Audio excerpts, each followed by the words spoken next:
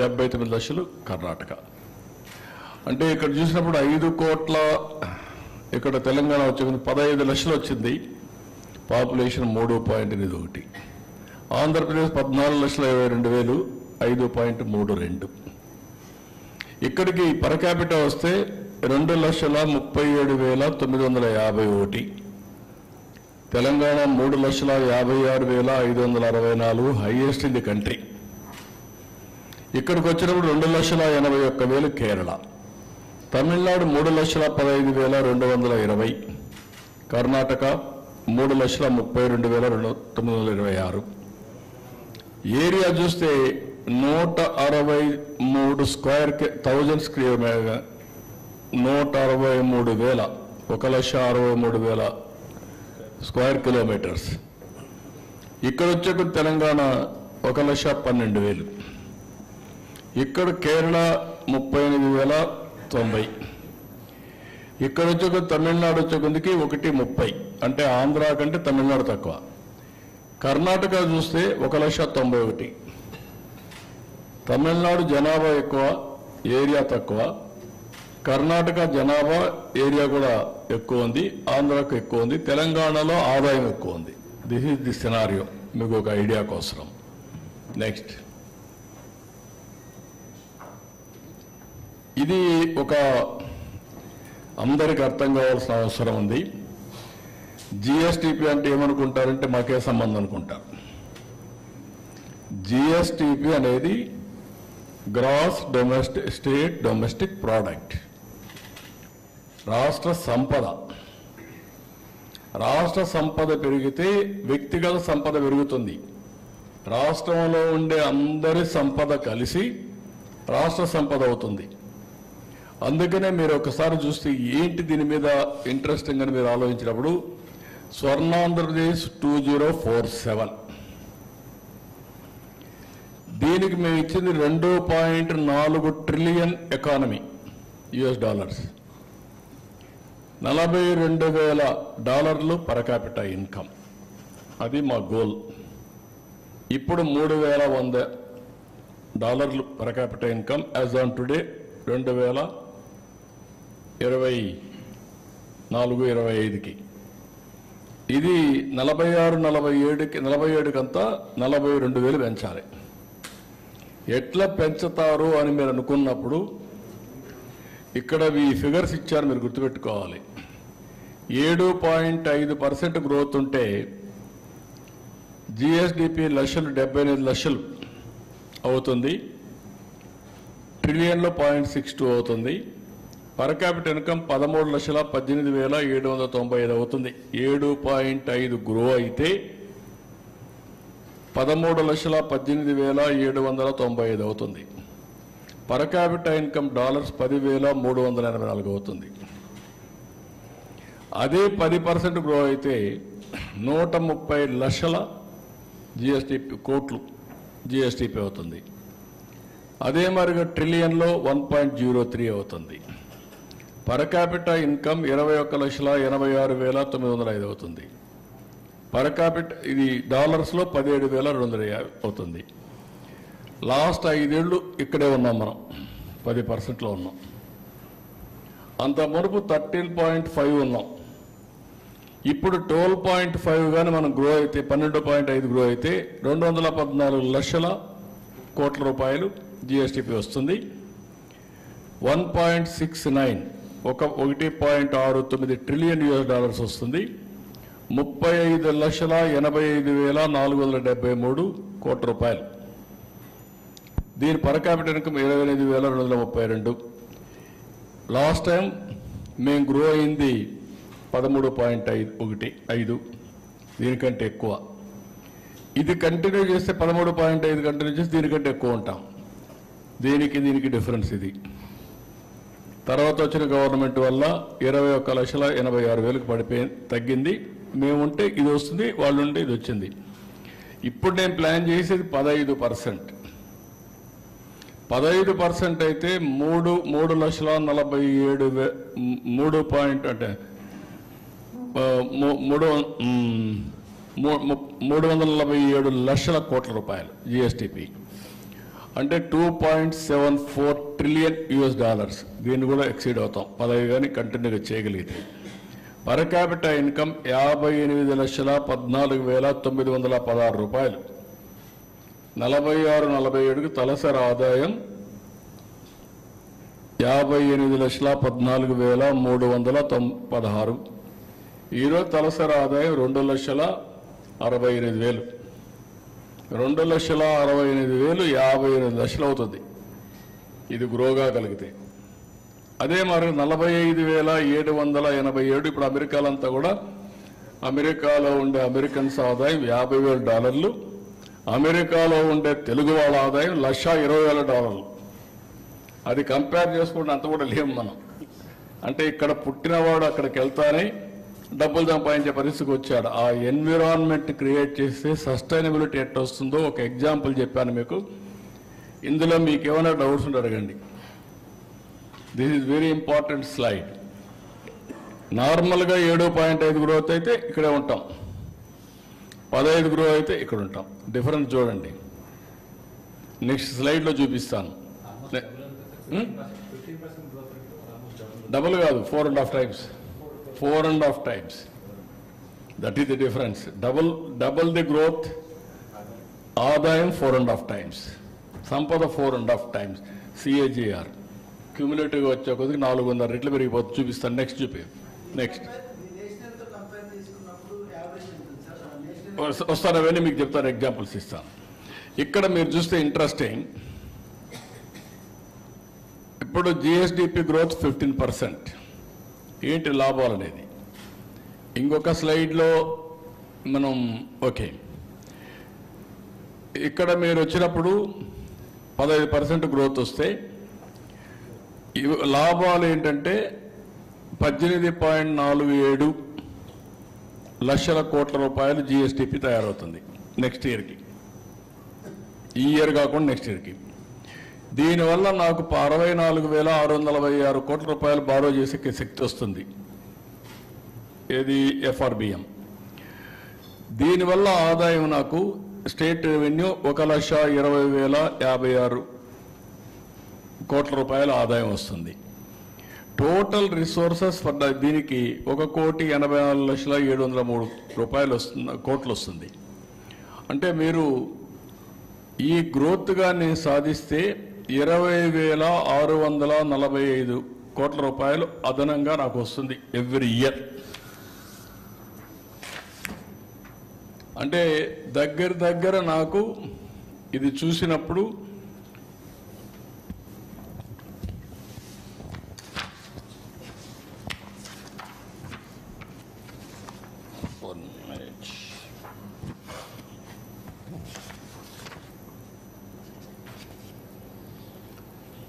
అక్కడ దీనికంటే ముందు ఒకసారి వెళ్ళు.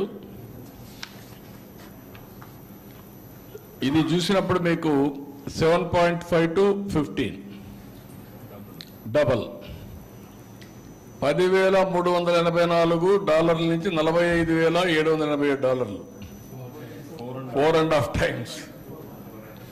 ఇది ఇక్కడ చూస్తే 13,18,000, ఇక్కడ 58,14,000. 4.5 times. అంటే ఒక్క డబుల్ గాని చేస్తే 4.5 times ఇన్కమ్ 2047. ఈ సినారియోలు 7.5, 10, 12.5, 15. దట్ ఈస్ ది సినారియో రాబోయే రోజుల్లో జరగబోయేది. అందుకే నేను ఎప్పుడు 15% గ్రోత్ అంటే ఎవరికి అర్థం కావడం లేదు. 1% గ్రోత్ వల్ల ఏంటి లాభాలు, డబల్ అయితే ఏంటి లాభాలు అనేది ఒక్కసారి మీకు చూపించాను. That is our goal. Next ఇప్పుడు ఇక్కడికి వచ్చినప్పుడు ఈ సంవత్సరం ఊరికే మీకు రికార్డ్ చేస్తున్నాను. లాస్ట్ ఇయర్ కంటే ఈ సంవత్సరం గ్రోత్ 4.03% గ్రో కాగలిగాం. లాస్ట్ ఇయర్ కంటే ఈ సంవత్సరం గ్రోత్ 4.03%. దీనివల్ల లాభం ఒకసారి చూస్తే ఇయర్ వైజ్ చేశాం 4-5 ఏళ్ళు. జీడిపి గ్రోత్ రేట్ 15% వేసాం. ఎంత వస్తుందని. బారోయింగ్ మనం ఎఫ్ఆర్బిఎం ఎంతవరకు పెంచుకోవచ్చు అనేది వేసాం. స్టేట్ ఓన్ రిసోర్సెస్ ఎంతవరకు వస్తాయని చెప్పి పెట్టాం. టోటల్గా ఎంతవరకు వస్తాయి, అడిషనల్ అమౌంట్ అవైలబుల్ ఇప్పటికీ దీనికి అవైలబుల్ మీరు చూస్తే 25-26కి 20,646 కోట్లు, 26-27 27,705 కోట్లు, 27-28 31,860 కోట్లు, 28-29 46,640 కోట్లు, 29-30కి 42,136 కోట్లు అదనంగా ఆదాయం వస్తుంది.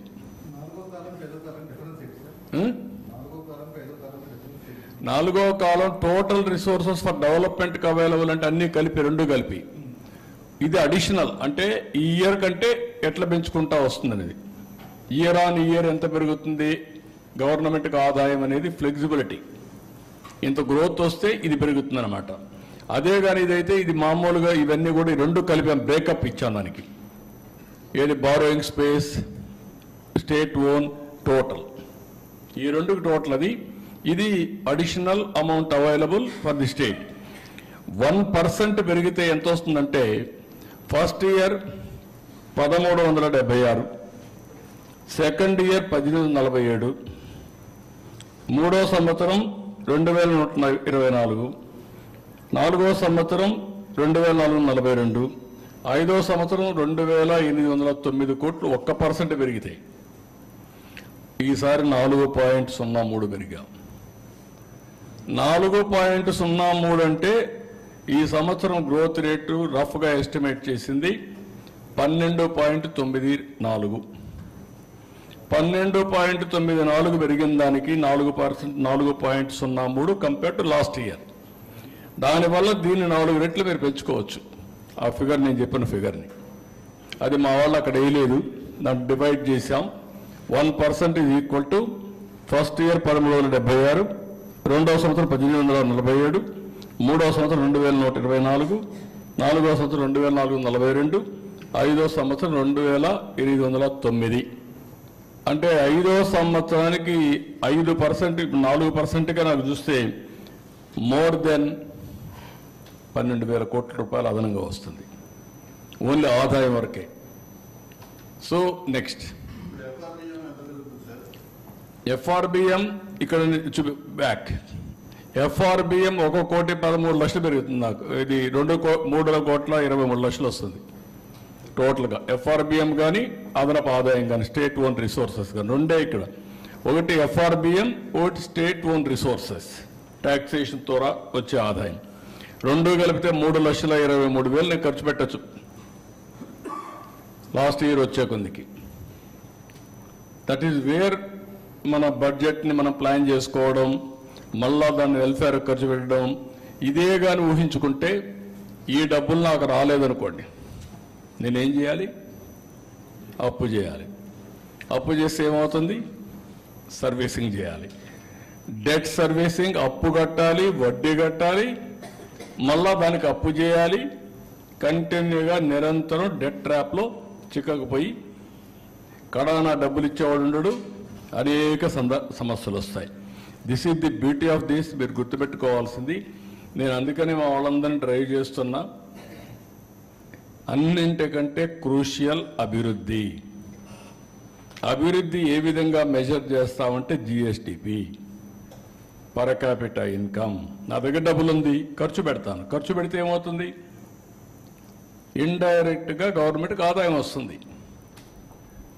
డైరెక్ట్గా కూడా ఆదాయం వస్తుంది. సేల్స్ ట్యాక్స్, ఆటోమేటిక్గా జిఎస్టీ వస్తుంది.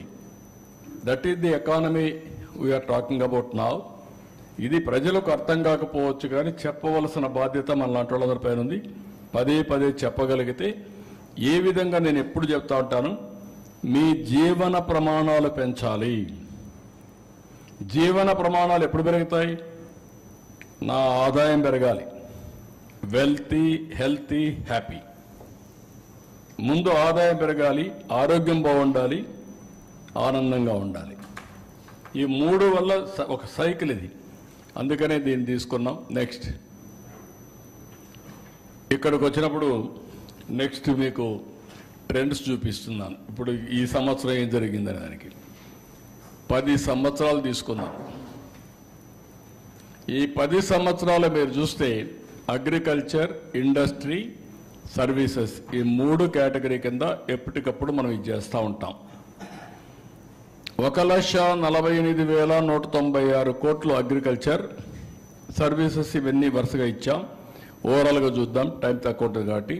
14-15లో 5,24,976 కోట్లు జిఎస్టిపి. ఈరోజు 16,06,109 కోట్లు. ఇది గ్రోత్ అన్నమాట. మోర్ దెన్ 2.5 times, 3 times 10 ఏళ్లలో మోర్ దెన్ 3 times. ఇక్కడికి వచ్చే కొద్దికి దానిపైన గ్రోత్లో కూడా 93,903 కోట్ల 3,000 పర్ క్యాపిటల్ ఇన్కమ్ తలసరి ఆదాయం. అది ఈరోజు 2,68,653 24-25కి వస్తుంది. ఇక్కడ పర్సంటేజ్ గ్రోత్ కూడా ఎవ్రీ ఇయర్ ఇచ్చాం. Last time 8.20 per capital income అభివృద్ధి అయితే ఈసారి 12.90. ఇక్కడ కూడా జిఎస్టిపి గ్రోత్ కూడా లాస్ట్ ఇయర్ 8.60 ఉంటే ఈసారి 12.94. కాబట్టి మీకు ఒక ఐడియా కోసం ఏ విధంగా మెజర్ చేస్తామని చెప్పాను. జిఎస్టిపి చెప్పాను, పర్ క్యాపిటల్ చెప్పాం. 10 ఏళ్లలో ఎంత వచ్చింది కూడా మీకు ఒకసారి క్లారిటీ ఇచ్చాను. నెక్స్ట్, ఇది ఇక్కడికి వచ్చినప్పుడు మళ్ళీ 5 ఏళ్ళు 13.5% గ్రో అయ్యాం.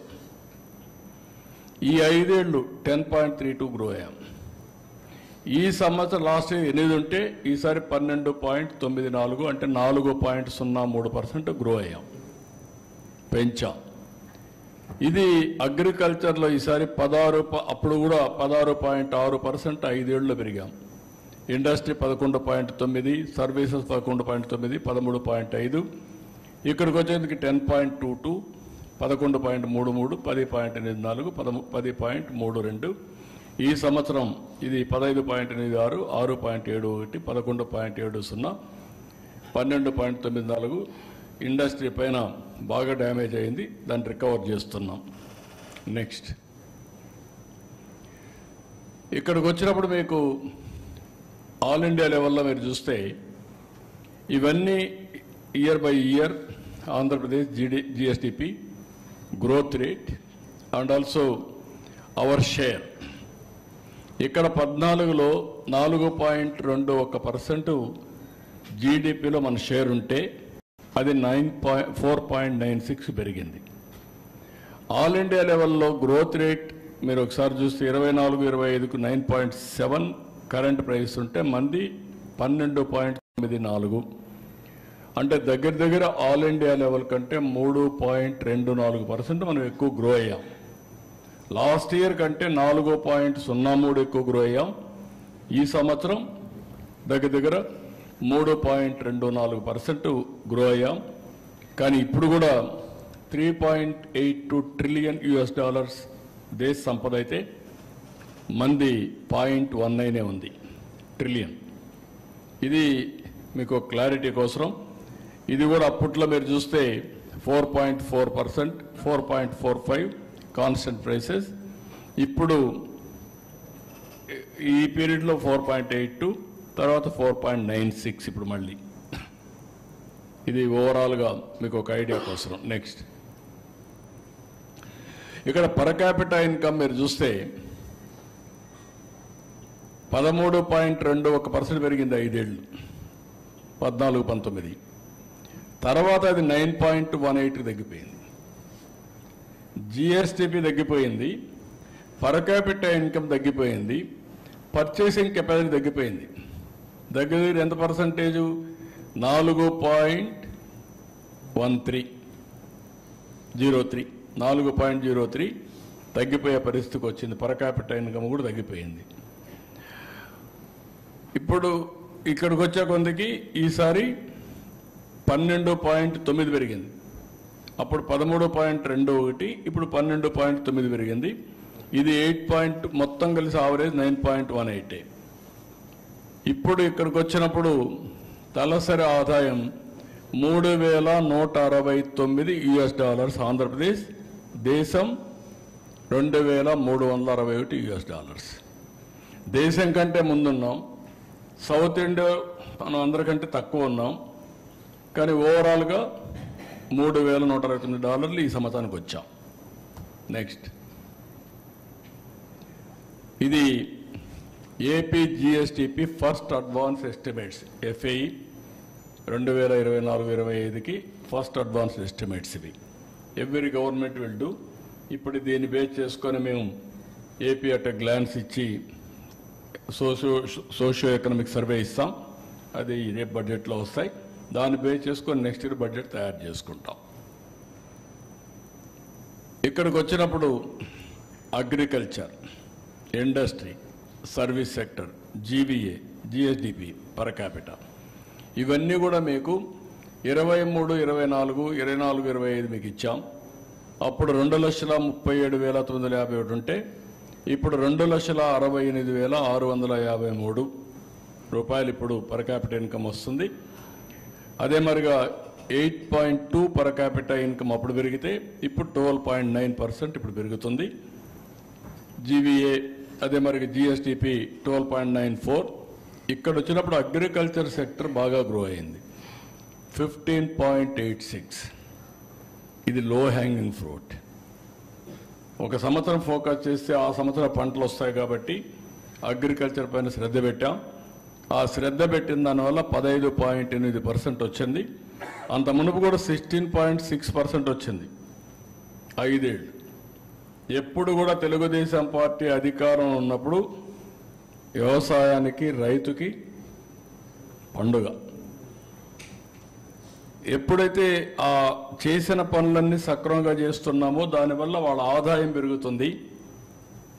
రెండోది, ఈరోజు మీరు చూసినప్పుడు 1,500 కోట్ల రూపాయలు బకాయిలుంటే ప్యాడీ ప్రొక్యూర్మెంట్లు అన్నీ పే చేసి 24 గంటల్లో డబ్బులు ఇవ్వగలిగాం. మాయిశ్చర్గా అన్ని స్ట్రీమ్లైన్ చేశాం.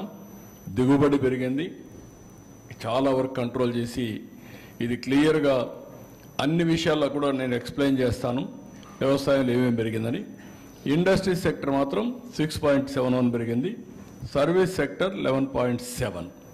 ఆల్ ఇండియా లెవెల్లో అగ్రికల్చర్ 10% పెరిగింది, 6.6% ఇండస్ట్రీ పెరిగింది, 10.5% సర్వీస్ సెక్టర్ పెరిగింది. ఇది ఓవరాల్గా మీకు ఒక ఐడియా కోసం. దెన్ నెక్స్ట్, ఇక్కడికి వచ్చినప్పుడు మళ్ళీ ఇవి మొత్తం 3 సెక్టర్లలో పర్ క్యాపిటా ఇన్కమ్. ఈ పక్క ఆల్ ఇండియా సేమ్, ఇది ఓకే. ఇది కాన్స్టెంట్ ప్రైసెస్ అంటే మామూలుగా కరెంట్ ప్రైసెస్లో మనం తీసుకుంటాం. కాన్స్టెంట్ ప్రైసెస్ పోతే తగ్గుతుంది. కాన్స్టెంట్ ప్రైసెస్ పోయినప్పుడు జిఎస్డిపి 9.24% ఇప్పుడు వచ్చాం. అదే లాస్ట్ ఇయర్ 6.18కి వచ్చారు. పర్ క్యాపిటా 5.84కి వచ్చారు. మనం 9.23కి వచ్చాం. ఆల్ ఇండియా లెవెల్లో మీరు చూసినప్పుడు GSDP 6.4, 5.3 per capita. All India లెవెల్లో తక్కువ ఉంది. ఇక్కడికి వచ్చినప్పుడు మనం దానికంటే కూడా ఆల్మోస్ట్ ఆల్ దగ్గర డబుల్ అయ్యే పరిస్థితి వస్తుంది. 10% వచ్చేసాం. జనాభా తగ్గడం, జిఎస్టిపి పెరగడం, ఇవన్నీ కారణాలు ఉంటాయి. నెక్స్ట్, ఇక్కడికి వచ్చినప్పుడు అగ్రికల్చర్లో ఒక 5-6 సెక్టర్స్ ఉన్నాయి.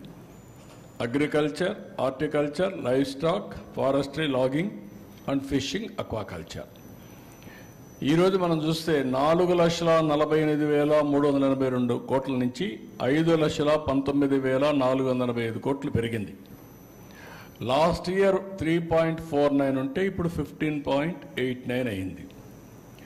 Agriculture 22.86, horticulture 21.29, last year -5.27, horticulture 5.78, live stock 5.63, 10.01. ఎప్పుడు మాట్లాడినా కూడా అమూల్ బేబీ మరుగు మాట్లాడుతానండి. అమూల్ తీసుకొచ్చి అయితే పెంచేసాను. పెంచితే ఏం పెంచారు? 5.63 పెరిగింది. ఇప్పుడు 10.01 వచ్చింది. చాలదు. మినిమం 15% పైన పెరిగే అవకాశం ఉంది. ఇది పేదవాళ్ళకు సంబంధించిన విషయం. లైవ్లీహుడ్ క్రియేట్ చేస్తుంది. దాని మీద శ్రద్ధ పెడుతున్నారు. ఫారెస్ట్ అండ్ లాగింగ్ 4.29, ఇప్పుడు 2.49. దీంట్లో ఆ రెడ్ శాండ్ వుడ్ అవన్నీ అమ్మడం వీలు కాలేదు. ఆ ప్రాబ్లం ఉంది. ఫిషింగ్ అండ్ అక్వాకల్చర్ 2.02కు పడిపోతే 16% పెంచాం. ఇది అవకాశం ఎక్కువ ఉంది. 25 నుంచి 30% పెరుగుతుంది. హార్టికల్చర్ 25% పెంచే అవకాశం ఉంది. లైవ్ స్టాక్ 15% పెంచే అవకాశం ఉంది. ఈరోజు అదే చెప్పాము మా వాళ్ళందరికీ. దాని మీద శ్రద్ధ పెట్టమన్నాను. అగ్రికల్చర్ కూడా మనం నేచురల్ ఫార్మింగ్కి వెళ్ళి ట్రేసబిలిటీ, సర్టిఫికేషన్, బయ్యర్స్ని తీసుకొచ్చి ఒక ఎకో సిస్టమ్ క్రియేట్ చేస్తే ఇప్పుడుండే ప్రైస్ కంటే బెటర్ ప్రైస్ వస్తుంది. అది కూడా వర్కౌట్ చేస్తున్నాం ఆరోగ్యపరంగా అన్నిటికి కూడా. నెక్స్ట్, ఇది ఇండస్ట్రీ సబ్ సెక్టర్. ఇక్కడ మైనింగ్ అండ్ క్వారీయింగ్ మైనస్ ఉంది. లాస్ట్ టైం ఇంకా ఎక్కువ మైనస్ ఉంది. అది రికవర్ చేసాం, కానీ ఇంకా మైనస్ ఉంది. 1.38, లాస్ట్ టైం అయితే 22.75. మ్యానుఫ్యాక్చరింగ్ 11.44, ఈసారి 6.57. ఎలక్ట్రిసిటీ, గ్యాస్, వాటర్ సప్లై ఇవన్నీ 22.61. కన్స్ట్రక్షన్ 9.97, 10.47. ఆవరేజ్ అని మీరు చూస్తే ఇది ఓవరాల్గా ఆవరేజ్. నెక్స్ట్, ఇక్కడ this is one sector we have to improve further. బాగా చేయాల్సిన సెక్టర్ ఇది. ఇది మీరు చూసినప్పుడు ట్రేడ్, హోటల్స్ అండ్ రెస్టారెంట్స్ 9.65 నుంచి 11.32. రైల్వేస్ 5.94 నుంచి 6.43. Transport by other means and storage 10.73 నుంచి 13.70. కమ్యూనికేషన్స్ 14.42 నుంచి 15.28. బ్యాంకింగ్ ఇన్స్టిట్యూషన్స్ 10.28 నుంచి 14.61. Real estate ownership of dwelling 12.64 నుంచి 11.13. పబ్లిక్ అడ్మినిస్ట్రేషన్ 4.76 నుంచి 5.21. అదర్ సర్వీసెస్ 10.57 నుంచి 12.15. మొత్తం సర్వీస్ సెక్టర్లో 10.3 నుంచి 11.7. ఇవి వేరియస్ సెక్టర్స్. వీటికన్నిటికీ తక్కువ investment. At the same time కొంచెం ఫోకస్ చేస్తే టూరిజం 20% గ్రో అయ్యే అవకాశం ఉంటుంది. ఇవన్నీ కూడా ఎకానమీని బట్టి సర్వీస్ సెక్టర్ ఎప్పుడు కూడా ముందుకెళ్తుంది. వర్క్ ఫ్రమ్ హోమ్ లేకుంటే కోవర్కింగ్ స్పేస్ ఇవన్నీ వస్తే ఇంకా పెద్ద ఎత్తున ఊపు వస్తుంది. దీని మీద ఫోకస్ చేస్తున్నాం. నెక్స్ట్, ఇక్కడ మీకు ఈ మూడ్లో కూడా మీకు చూపించింది ఏ విధంగా ఎకానమీ గ్రో అవుతుందో చూపించాం. దానివల్ల తలసరి ఆదాయం ఎటు పెరుగుతుందో చూపించాం. లాస్ట్కి వచ్చేందుకు ఓన్లీ 1 స్లైడ్ పాపులేషన్ ప్రొజెక్షన్స్ కూడా మీకు చూపిస్తాం. దాని మీదనే నేను పాపులేషన్ మేనేజ్మెంట్ మాట్లాడుతున్నా. నెక్స్ట్, ఇది 2016లో ఏపీ ఇవన్నీ పాపులేషన్ అన్నమాట 4.95 కోట్లు. తర్వాత ఆల్ ఇండియా లెవెల్లో 122 కోట్లు. ఇప్పుడు 21 అయింది, 26కు వస్తున్న 143 కోట్లు. ఇండియా అయితే మంది 5.38. ఆల్ ఇండియా 1.8కి వస్తూ ఉంది, మంది 1.51కి వస్తూ ఉంది. 31 వచ్చే కొద్దికి 148 కోట్లు అవుతుంది. ఆంధ్రప్రదేశ్ 5.42 కోట్లు, 1.72, 1.5కి వస్తున్నాం. 2046కు చూస్తే 161 కోట్లు, ఇక్కడ 5.42 లక్షలు. ఇక్కడి నుంచి స్టాగ్నేషన్ వచ్చేసింది. 31 నుంచి వరుసగా స్టాగ్నేషన్, ఇంకా డిమినిషన్కి వస్తున్నాం. అంటే 31 నుంచే డిమినిషన్కి వచ్చేస్తాం. ఇప్పుడు మన రేటు కానీ ఇట్నే ఉంటే కంట్రీ కొంతవరకు పెరిగి అక్కడి నుంచి డిమినిషన్కి వస్తుంది. 51 తర్వాత కంట్రీ కూడా తగ్గిపోతుంది పాపులేషన్. దీనికోసం నేను ఏమంటున్నానంటే population management, replacement 2.0, 2.1 replacement. Every couple 2.1 చిల్డ్రన్కి లైఫ్ టైంలో భర్తిస్తే దానివల్ల సేమ్ పాపులేషన్ కంట్రోల్ అవుతుంది. ఎక్కువైతే ఎక్కువ అవుతుంది, తక్కువైతే తగ్గిపోతుంది. ఇప్పుడు ఎక్కడున్నాం మనం అంటే 2025 1.8 అక్కడున్నారు, ఇప్పటికే 1.93, 21కే. అంటే కంట్రీలో కూడా పాపులేషన్ తగ్గుతూ ఉంది. మందైతే 1.51, ఇంకా బాగా తగ్గిపోయింది. సౌత్ ఇండియా మొత్తం డేంజర్ ట్రెండ్లో ఉంది, డేంజర్ సిగ్నల్స్ మోగుతున్నాయి. ఇంకా రాను రాను ఇప్పుడు south Korea 0.7, Japan same thing, even యూరోప్లో జర్మనీ ఇవన్నీ కూడా సేమ్ థింగ్. చైనా కూడా ఇంక డిమినిషింగ్ పాపులేషన్. వాళ్లకు మనకు చూస్తే వాళ్ళ పాపులేషన్ మనకంటే ఎక్కువ ఉండి వాళ్ళు మనకంటే తగ్గారు. మన జనాభా పెరిగింది. ఇది కొన్ని రోజులు ఉంటుంది, మళ్ళీ మనం కూడా తగ్గుతాం. So this is where population as asset. ఆస్తి జనాభానే, అది మర్చిపోయి సంపద సృష్టిస్తున్నామని జనాభాను మర్చిపోతే మనం సృష్టించిన సంపద ఎవరికి ఇవ్వాలనో మనకే తెలియదు. కడాలి శ్మశానంగా తయారవుతుంది. పెద్ద ఎయిర్పోర్ట్ ఉంటుంది, ఏం చేయాలో ఎవరికి తెలియదు. ఆ ఎయిర్పోర్ట్ని, ఆ రోడ్లు వెడల్పుగా ఉంటాయి, దాని మీద పోయే మనుషులు ఉండరు. ఆ పరిస్థితి వస్తుంది. So we must know how to visualise things, work forward. కాబట్టి ఇప్పుడు మీరు చూస్తే నేను చెప్పాలనుకున్నది మీకు క్లియర్గా ప్రభుత్వం ట్రాక్లో పెడుతున్నాం.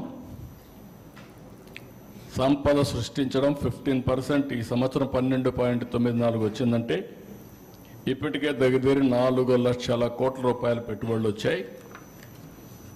అమరావతి ట్రాక్లో పెట్టాం, పోలవరాన్ని డయాఫామ్ వాళ్ళు కూడా స్టార్ట్ చేస్తున్నాం, డబ్బులు కూడా ఉన్నాయి, ఇంకా ఎగ్జిక్యూట్ చేయడం ఒకటే. 12,000 కోట్ల రూపాయలు డబ్బులు ఇచ్చారు కాబట్టి అది అయిపోతుంది. తర్వాత ఎట్లా పెంచుకోవాలో అవన్నీ పెంచుకుంటాం. అదే సమయంలో పోలవరం పూర్తయ్యే సమయంలోనే ఏదైతే పోలవరం నుంచి బనకచెర్ల, గోదావరి, పెన్న నదుల అనుసంధానం చేస్తే మనం మీరు చూశారు అమెరికాలో one of the most best example ఇది సిలికాన్ వ్యాలీ. సిలికాన్ వ్యాలీలో నీళ్లు లేకుండా డ్రై అయిపోయి 4 లక్షల కోట్ల రూపాయల ఆస్తి బూడిదైపోయింది.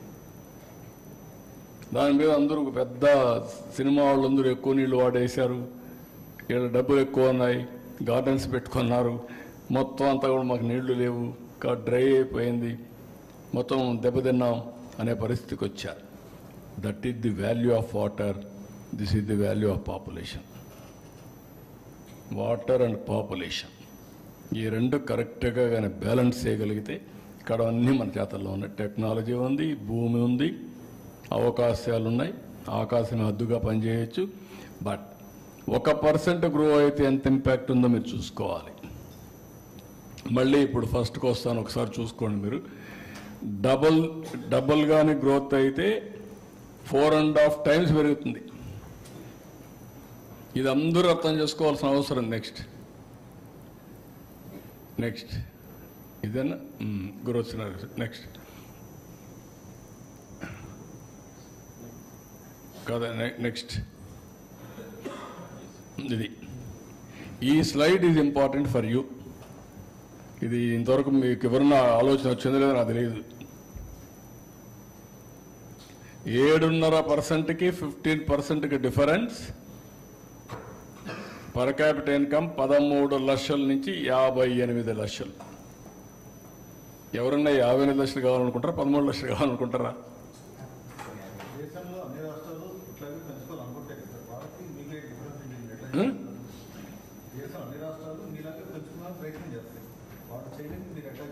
అందరూ తెలివైన వాళ్ళే కదా, వాళ్ళకంటే మనం తెలివైనడుగా ఉండాలి అంతే. మన ప్రజలు కూడా తెలివైనడుగా ఉండాలి. నేను ఒక్కడనుకుంటే చేయలేదు లేదు. మీరు వ్యూస్ రాయడం పోయి వాస్తవాలు రాయాల, ప్రజల్ని చైతన్యవంతులు చేయాలా. అదేదో నా ఒక్కడి రెస్పాన్సిబిలిటీ అనుకుంటున్నారు మీరంతా. కొంతమంది అజెండా ఉంటుంది, హిడెన్ అజెండా. కానీ చాలామందికి మనందరికీ జీవితంలో బాగుండాలని కోరుకుంటాం. నేను జీవితంలో బాగుండాలంటే ఏం చేయాలో చెప్తున్నా. అందరూ చేయగలుగుతారు. లాస్ట్ ఇయర్ 8% గ్రో అయితే ఈసారి ఎందుకయ్యా మనం 1% గ్రోత్ ఎంత డిఫరెన్స్ చెప్పాను కదా. 1% నేను చెప్పిన తర్వాత లాస్ట్ టైం 3.5% ఎక్కువ గ్రో అయ్యాం. దానివల్ల ఎంత లాభం వస్తుందో కూడా దీన్ని ఒకసారి మీరు వేరే చేసుకోవచ్చు కదా. అందుకే నో యాక్షన్, నేను అందుకనే విజన్ డాక్యుమెంట్ తయారు చేశాను కదా.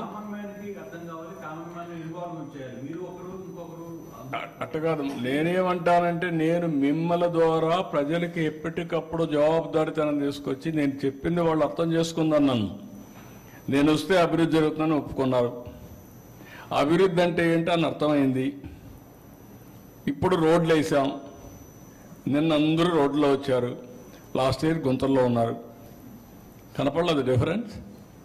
డెవలప్మెంట్ కాదా అది? పోలవరం శ్మశానం అన్నారు, ఇప్పుడు పోలవరం ట్రాక్ చేశాం, పనులు పెట్టాం, భూమి విలువ పెరగల.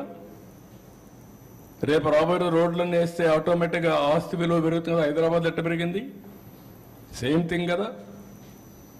1,00,000 రూపాయల ఆస్తి హైటెక్ సిటీ దగ్గర నా కళ్ళ ముందరనే కొన్ని రోజులు పోతానే అది 1 కోటి అయింది, 1 కోటి 40 కోట్లు అయింది, 40 కోట్లు 100 కోట్లు అయిపోయింది ఎకరా. That is wealth creation. ఎందుకు పెంచారంటే అది వితండవాదం. అందుకే నేనేమంటున్నానంటే ఇప్పుడు వే ఫార్వర్డ్ నేను తయారు చేశాను. ఏ సెక్టర్లో ఏం చేయాలనో నిర్దిష్టమైనటువంటి పాలసీలు తీసుకొచ్చాను. 22, 23 పాలసీలు తీసుకొచ్చాను, పెట్టుబడులు తీసుకొచ్చాం, ప్రతి ఒక్క డిపార్ట్మెంట్ క్లారిటీ ఇచ్చాను. మొన్న కలెక్టర్స్ కాన్ఫరెన్స్ ఇచ్చాను, ఈరోజు ఇవన్నీ కూడా కలెక్టర్స్ కాన్ఫరెన్స్ పెడతా. ఏ జిల్లా ఎట్ట గ్రో అయ్యారు చెప్తాను, చెప్పిన తర్వాత వాళ్ళు ప్రిపేర్ అయ్యి రమ్మంటాను. రైట్ మ్యాన్ రైట్ ప్లేస్లో పెడతాం, వాళ్ళకి ఎడ్యుకేట్ చేస్తా. ఎడ్యుకేట్ చేసి నేను అనుకున్న లక్ష్యాలను నెరవేరడం కోసం ప్రతి ఒక్కరిని డ్రైవ్ చేస్తాం. మినిస్టర్స్, సెక్రటరీస్, కలెక్టర్స్, అడ్మినిస్ట్రేషన్ మొత్తం. అప్పుడు సాధ్యమవుతుంది. నేను ఒక్కడే చేస్తే కాదు, ప్రజలు కూడా చేస్తాం. ప్రజలకు ఏం చెప్పారు? నన్ను నమ్మారు. ఏమని నమ్మారు? అభివృద్ధి చేస్తారు, సంపద వస్తుంది, ఆదాయం పెరుగుతుంది, మా పిల్లల భవిష్యత్తు బాగుంటుంది, మాకు ఉద్యోగాలు వస్తాయి, రెండోది మాకు వెల్ఫేర్ జరుగుతుంది. ఇప్పుడు నేను ఇది 58 లక్షల రూపాయలు ఆదాయం వచ్చిందనుకో, ఖర్చు పెడతారు కదా, పెడితే ప్రభుత్వానికి ఆదాయం వస్తుంది కదా, మళ్ళీ ఆ డబ్బులు ఎవరికి ఖర్చు పెడతాం? పేదవాళ్ళకి ఖర్చు పెడతాం. It is a cycle. సంపద సృష్టించకుండా ఖర్చు పెడతా ఉంటే ఎక్కడి నుంచి వస్తుంది నీకు? అప్పులు చేసి ఎవరిస్తారు? ఇప్పుడు మాకు అప్పు ఇవ్వడంలా. That is the scenario. అప్పు తీసుకున్న తర్వాత కడతా ఉంటే నమ్మకం ఉంటే అప్పిస్తాడు, లేదంటే ఎందుకు ఇస్తాడు? ఒకరోజు మొహమాటంతో మాట్లాడతాడు, 2 రోజులు తప్పించుకుంటాడు, 3 రోజులు తిరగబడతాడు.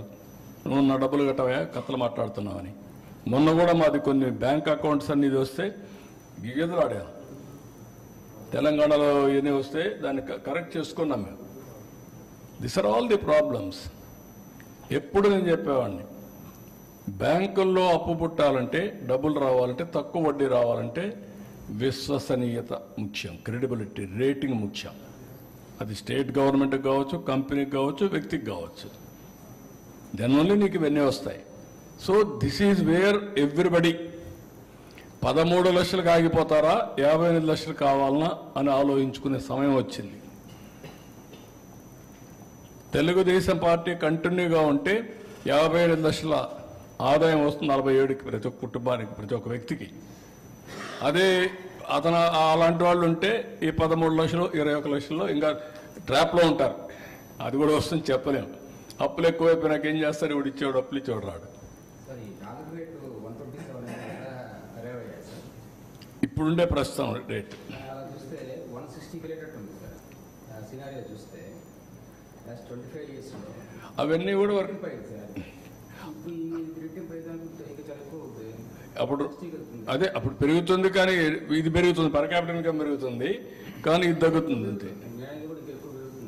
పెరుగుతుంది. అవును, పెరిగింది. ఉన్నాయి, అవన్నీ ఉన్నాయి. అంటే చెప్పలేము. ఒక్క స్టేజ్ దాటిన తర్వాత ఇండియా కూడా స్టెబిలైజ్ అయితే డాలర్ కూడా మ్యాచ్ కావచ్చు. అది ఇప్పుడు as on today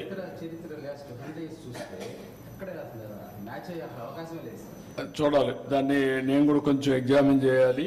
ministry of finance ఇచ్చింది, అంటే గవర్నమెంట్ ఆఫ్ ఇండియా కూడా గూగుల్ చేస్తే పీపీపీ పెట్టుకుంటే వాల్యూ సినారియోకి మీరు వేసిన లెక్కకి కొంత పర్చేసింగ్ ప్యారిటీ. ఇప్పుడు ఇంకొకటి ప్రాబ్లం ఉంది, ఇవన్నీ కూడా ఆలోచించుకోవాలి.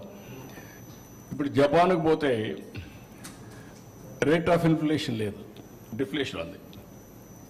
ధరలు తగ్గుతున్నాయి, మన దగ్గర పెరుగుతున్నాయి. కొన్ని కంట్రీస్కి పోతే tourism is very cost effective అయిపోయింది. సినిమాలు తీయడం కూడా ఈజీ అయిపోయినాయి. ఇక్కడ కంటే అక్కడ తీయడం తక్కువ ఖర్చుతో అయిపోతుంది. This are all various scenarios we're facing now.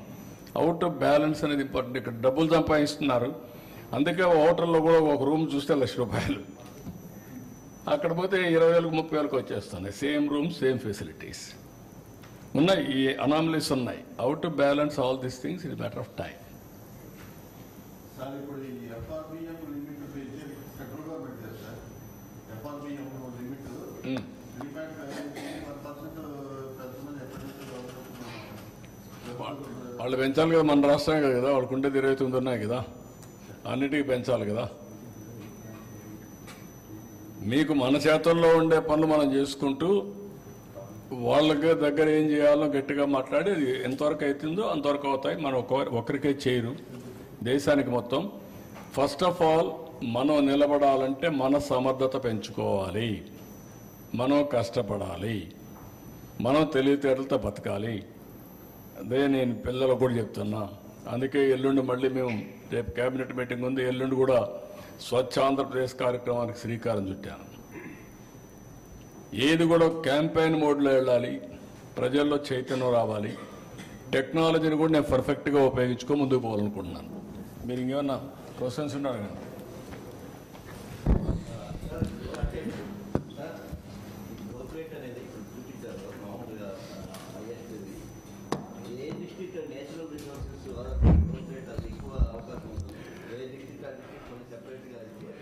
అది కూడా తయారు చేస్తున్న అప్ టు విలేజ్ వరకు పోతున్నాం.